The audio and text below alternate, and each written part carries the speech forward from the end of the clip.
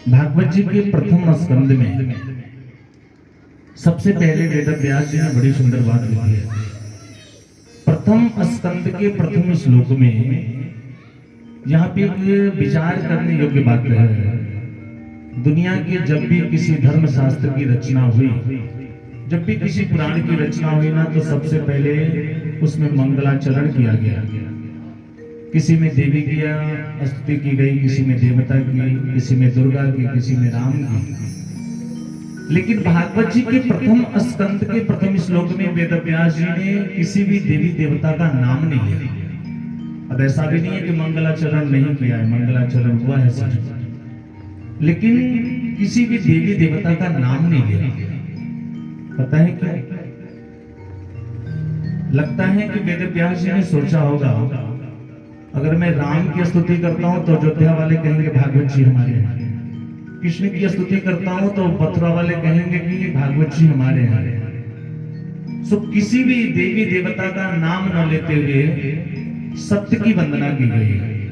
सत्यम परम धीमहि, अर्थात इस संसार में कभी मैंने कहा था ना कि सत्य क्या है। सत्यम परम धीमहि धन्मा सुनेन सदा निसत्तम सत्यम परम धीमहि। जिस परमात्मा की इच्छा से ये संसार बनता है, बिगड़ता है, पालित होता है,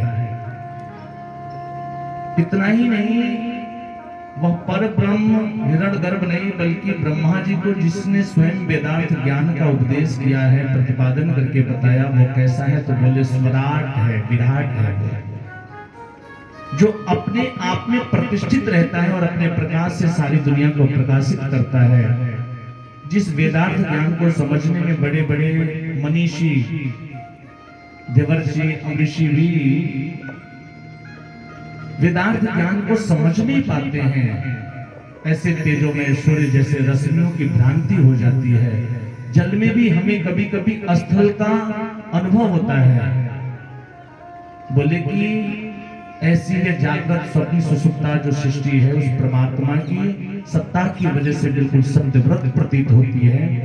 माया और माया के कारण को सर्वथा जो परे है, अलग है, ऐसे परम सत्यम धीमहि, सत्यम धीमहि, अर्थात ऐसे उस सत्य की हम सभी वंदना करते हैं। कल भी मैंने आप लोगों को बताया था कि संसार में सत्य क्या है, याद होगा आप लोगों को, बताया था ना। सत्य क्या है? बोले भगवान का नाम ही सत्य है। देखिए इतनी जल्दी जल्दी भूल जाएंगे तो कहां तक रिवर्स कराऊंगा। उस सत्य की हम सभी वंदना करते हैं। आज हम लोग यहाँ बैठ करके कथा सुन रहे हैं। आप कितना भी यज्ञ कर लीजिए, कितना भी कथा सुन लीजिए, कितना भी तीर्थों में जाके खूब परिक्रमा करें। यहाँ यज्ञशाला बना है ना, खूब यज्ञशाले की 2-2 घंटा परिक्रमा करते रहिए। मंदिर में चले जाइए, वृंदावन चले जाइए, काशी चले जाइए, कुंभ लगा है प्रयाग में चले जाइए। लेकिन वो सब जाना, वो हमारा मंदिर में जाकर के यज्ञ करना, पूजा करना, जाकर के दान करना, दूसरे को भोजन कराना, वो तब सफल होगा। पूछिए कब? जब हम अपने जीवन में सत्य को अपनाएंगे। कितना भी आप तिलक लगा लिए, हाथ में कलावा बांध लिया, बैठ के कथा सुनने 5-5 घंटा। आजकल तो सोशल मीडिया का जमाना है, घर बैठे बैठे सारी कथाएं सब लोग सुनते रहते हैं। तो आप कितना भी कथा सुनिए, लेकिन जब तक अपने जीवन में सत्य को नहीं अपनाओगे ना, तब तक कथा सुनने का कोई मतलब नहीं है। कथा खूब सुंदर चल रही है और बगल से तनिक भर आवाज आई तो दिमाग उधर चला गया, उसके बारे में भगवान ये सब बहुत कचकच करते, कुछ ऐसा करो इनका विनाश हो, तो आपका कथा सुनने का कोई मतलब नहीं है। अब आप विचार करिए कि सभी लोग यही कहते हैं। हम लोग तीर्थों में जाते हैं, धर्म स्थलों पे जाते हैं, संत महात्मा लोग मिलते हैं, गुरुजन मिलते हैं, कहते हैं बेटा धर्म के मार्ग पे चलो, सत्य के मार्ग पे चलो। मैं आपसे पूछता हूँ धर्म क्या है? क्या सवेरे 5 बजे 4 बजे उठ जाना धर्म है? रोज सवेरे उठ करके मंदिर की परिक्रमा लगाना ये धर्म है? माता पिता की सेवा करना ये धर्म है? गुरुजनों की सेवा करना ये धर्म है? खूब रुपया कमा करके खूब बड़ा घर बना देना, बच्चों को खूब अच्छा पढ़ाना लिखाना ये धर्म है? धर्म की परिभाषा क्या है?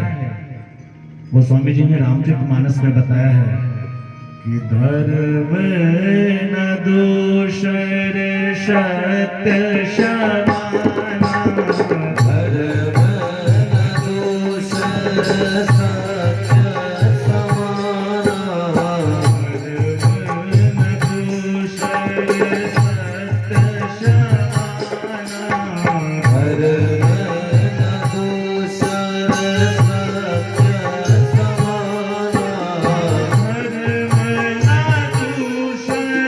सत्य समाना, धर्म न दूषर सत्य समाना,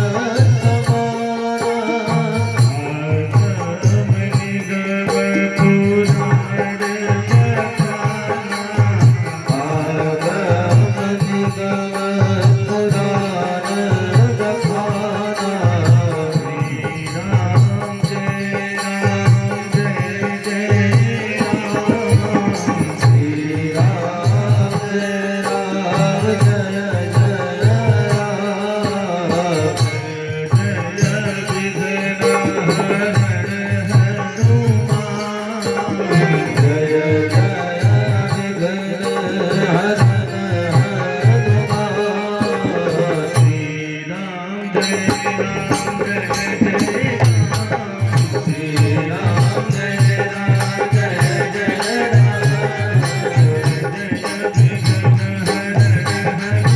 जय जय विघ्न हरन इस संसार में सत्य से बड़ा कोई धर्म नहीं है। अब विचार करिए, आज के संसार में अगर किसी व्यक्ति से कह दिया जाए कि भैया आज से तुम झूठ बोलना बंद कर दो, खाली सत्य ही बोलना है, तो आप बताइए क्या इस संसार में सत्य बोल करके जीवन यापन हो पाएगा? अगर कह दिया जाए केवल सत्य बोलना है, कल से आपको झूठ नहीं बोलना है, ऐसा संभव है? एक भक्त ने कहा, एक भक्त ने मुझसे कहा कि महाराज, इस संसार को जिसने बनाया है उसी व्यक्ति ने दिन भी बनाया, रात भी बनाया, स्त्री को भी उसी ने बनाया, पुरुष को भी उसी ने बनाया। कौन बनाया है? भगवान ने बनाया। उसी भगवान ने सत्य को बनाया। सत्य को कौन बनाया है? उसको भी भगवान ने ही बनाया। और जिस भगवान ने सत्य को बनाया ना, उसी ने झूठ को भी बनाया। झूठ को बनाने हम थोड़ी गए थे। थोड़ा मीट कम करिए बेटा, आवाज में से हमारे मीट कम करिए, थोड़ा सा बेस खोलिए उसमें, और हल्का सा ईगो कम करिए, बहुत ज्यादा हो जाएगा। ठीक है। बोले कि जिसने सत्य को बनाया ना, उसी ने झूठ को भी बनाया। झूठ हम थोड़ी बनाने गए थे।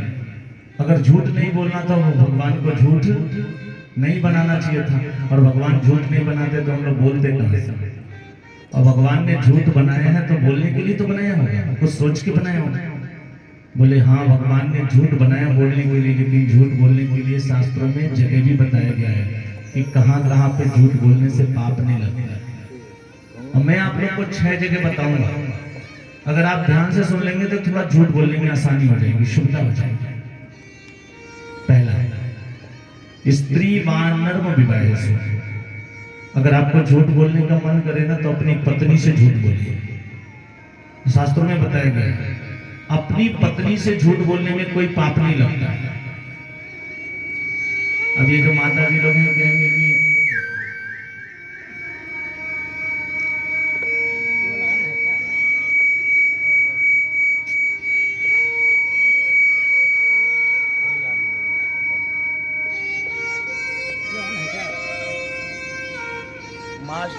मास्टर से मिक्सर के मास्टर से कम लेसे किया करिए, ठीक है? सबको छेड़ेगा, सब डिस्टर्ब हो जाएगा। और इको ज़्यादा बोल रहा है, इको को थोड़ा सा कम करिए, लेवल को उसको नीचे से घुमा रहे हैं। हरिओम, श्री राधे, जय श्री राधे, जय श्री श्याम। थोड़ा सा बेस डालिए ना आवाज में हल्का सा। मीट बार बार कह रहा हूँ कि मीट को कम करिए, टेबल को कम करके रखिए। हरिओम श्री राधे। बोले कि उसी भगवान ने सत्य बनाया, उसी में झूठ भी बनाया।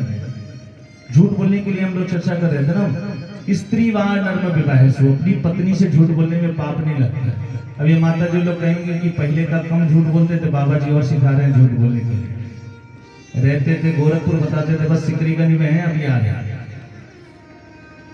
लेकिन मैं बिल्कुल सत्य कह रहा हूं, ऐसा इसलिए बताया गया है कि माताओं के अंदर एक ऐसी जठराग्नि होती है, अगर उनको कोई बात आप बता दीजिए और उनसे कह दीजिए कि देखो मैं सिर्फ तुमको बता रहा हूं, ये बात किसी से कहना मत, सो एक हफ्ते के बाद वो बात पूरे मोहल्ले को पता चल जाएगी। और जब तक बताएंगे नहीं ना, भोजन भी हजम नहीं होता। वैसे मैं आप लोग की बात नहीं कर रहा हूं, यहाँ की माता जी लोग बहुत अच्छी हैं। ये लखनऊ के आगे वाली जो होती है ना, ये लोग बड़े गड़बड़ करते हैं। नर्म विवाह सु, आपके झूठ बोलने से किसी कन्या का विवाह हो जाए। मान लीजिए किसी लड़की की शादी तय हो गई और लड़का वाला आपको जानता है, लड़की आपके गांव की, उसने फोन कर दिया, भाई देखो आपके गांव से रिश्ता आया था, लड़की कैसी? वो लड़की बिल्कुल तावे की तरह गोरी हो, कैसी? तावे की तरह गोरी हो, फिर भी कह दीजिए चंद्रमा की तरह है। खूब झगड़ालू और रोज अपने माता पिता से झगड़ा करते हो, कह दीजिए बड़ी सुशील है। आपके झूठ बोलने से अगर किसी का विवाह हो जाए, किसी का घर बस जाता है, तो वो झूठ नहीं होता है, सच। आपकी झूठी गवाही देने से अगर किसी गाय की हत्या होने से बच जाए, तो वो भी झूठ नहीं होता है। अगर अपने प्राण संकट में हो और आपको लगता है कि मेरे झूठ बोल देने से मेरे प्राण बच जाते हैं, तो वहां पे भी झूठ बोलने में पाप नहीं लगता है। और अपनी वृत्ति में, अपने पेशे में, अपने व्यवसाय में भी झूठ बोलने से पाप नहीं लगता है। आज भागवत की कथा आज हम सभी लोग सुन रहे हैं ना, लेकिन जब तक अपने मन में सत्य को नहीं बैठाएंगे, मैं आप लोगों की ये बात इसलिए कह रहा हूं कि 100 में 100% सत्य बोलना तो संभव नहीं है, लेकिन अगर आज हम ठाकुर जी के सामने बैठे हैं और मुझे भी बताने की जरूरत नहीं है, बगल में जो बैठा है उससे भी बताने की जरूरत नहीं है, अपने मन में ठाकुर जी को साक्षी मान करके प्रतिज्ञा कर लीजिए, संकल्प कर लीजिए कि हे ठाकुर जी, मैं रोज 100 झूठ बोलता था और आज आपके सामने संकल्प लेता हूं, कल से 80 ही बोलूंगा, 20 कम बोलूंगा। और इतना भी अगर आपने 20 भी कम कर दिया ना, तो समझ लीजिए कि आपका कथा सुनना सफल हो। आज बोलिए ये कथा कैसी है? तो शिवदम शिवम कल्याणम ददाति, बोले कि प्रापत तय मूलनम, तीनों प्रकार के तापों का उन्मूलन करने वाली है, कल्याण करने वाली है। आज निगम रूपी जो वेद है ना, भागवत में बड़ा सुंदर वर्णन आया है। निगम कल्पतरोगलितम फलम सुखमुखामृतदवशयुतम पिबत भागवत रसमालयम मुहुर्मुहुरसिका भुवि भावुकाः। निगम रूपी जो वेद रूपी जो वृक्ष है, उस वृक्ष का जो पका हुआ फल है ना, वही श्रीमद् भागवत महापुराण है।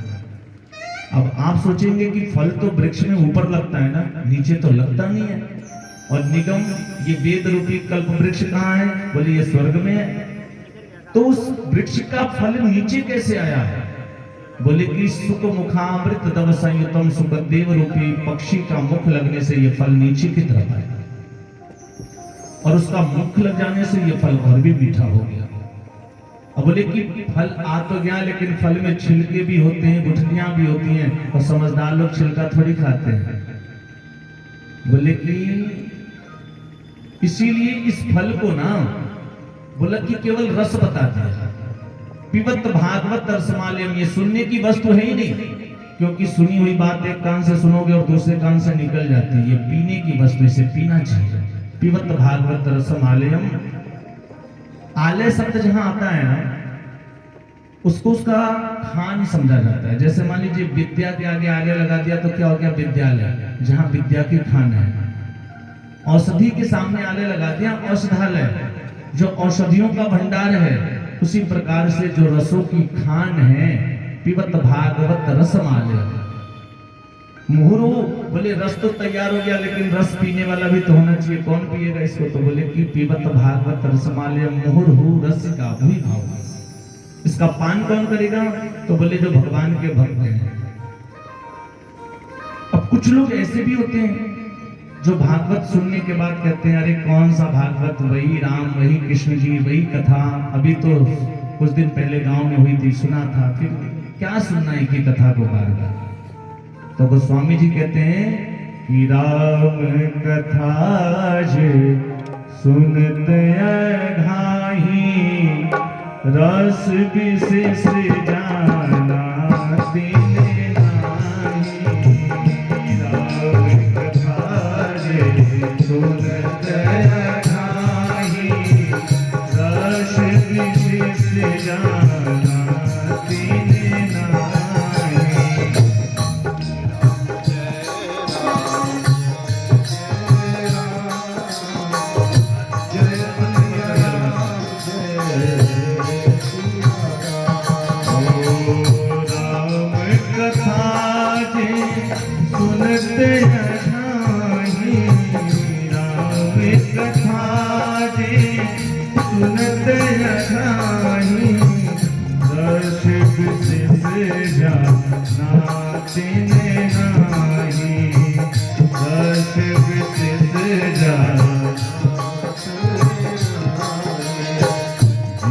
हरि कथा सुनी नहीं काना, जिन हरि कथा सुनी नहीं काना, श्रवण नंद नहीं भवन समाना, श्रवण नंद नहीं भवन समाना, श्रवण नंद नहीं भवन समाना। बोले कि महाराज जो व्यक्ति भगवान की कथा को सुनने के बाद ये कह दे कि वही राम वही कृष्ण, कितनी बार सुने, रामचरित जे सुनत गाई, रस विशेष जाना तिन नाही, वो व्यक्ति वाकई में भगवान की कथा के मर्म को नहीं समझ पाया। ये नित्य नूतन है, जितनी बार सुनोगे ना उतनी बार कुछ ना कुछ आपको नया मिलेगा इसमें से। आज मैं आप सभी को पुनः उसी प्रसंग पे लेके चलूंगा जहां रात में छोड़ा था।